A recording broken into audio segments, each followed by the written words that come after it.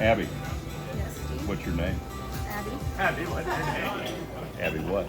Abby Rawl. Abby, what do you do? Oh, what don't I do? I'm the marketing director here at Rocktown Distillery. Where do you work? Rocktown Distillery. Rocktown Distillery in Little Rock, Arkansas. And so tell me a little story about Rocktown. You guys have been around actually for a while now. Yep, opened in 2010, celebrating our 14th anniversary this Saturday. Yeah? I've been here about 7 years, started doing just social media for here, and now full-time marketing for the last 3 years. And I met you online. TikToking. TikToking, not a dating app, TikToking. Noted. But this is my first time to Rocktown. You'll have fabulous whiskey. I didn't taste the vodkas and the other spirits, but I hear it's fantastic too. Yeah, awesome. I'm finally glad you got to come out and actually come and taste it and get some of our liquid to lips, as it's they a say. beautiful destination. So how many people come here every year, would you say? Oh man. Tons. I couldn't even Hundreds tell you. of thousands, I'm sure. Oh yeah. So that's this, I mean, millions. I'm just Millions. guessing, billions, gazillions. No, but I mean, this is really, really cool. And the whiskey's incredible. And you've got 10-year-old whiskey out there, you have 8-year-old, and I mean, it's aged, it's really good. I will say the thing for me that I love the most is that it's single owned. You know, Phil works his ass off every day to make sure that this is a phenomenal product, a phenomenal place to work. He's literally here longer and more than anyone ever, and he puts his heart and soul into it, and that's what I think comes through in the product. Well, I would believe it does, because most great companies have leaders like that. Yeah. You know, they're servant leaders, they're in front of everybody, and people want to be a part of that culture and that energy, so that's fantastic.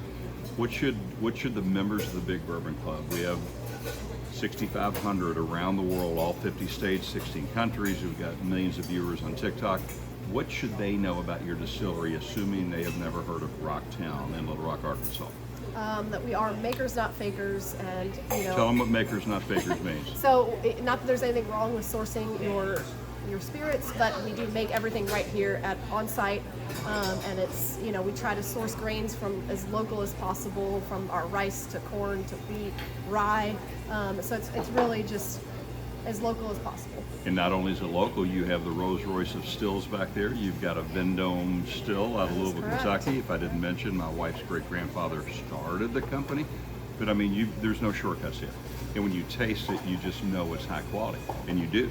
And you know if it's not high quality. This is really, really high quality whiskey. I'm excited. Very much. Great stuff. Anything else you want the members to know? Can they buy online? What's the website? They can, yes. RocktownDistillery.com. You can buy online. I think we deliver to over 30-something states.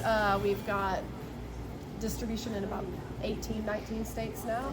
We'll be in Tennessee very soon. Rocktown Distillery has a huge following on TikTok. Do you have a big following on Instagram and Facebook. the other? Yep. So follow Rocktown Distillery, Little Rock, Arkansas, the home of Bill and Hillary Clinton. John Daly. Is John Daly from Little Rock? Yeah. Huh? Come on. Little Rock out of Arkansas. I don't know, I think We claim him. We claim Can I him. tell you a story? oh, God. Sure.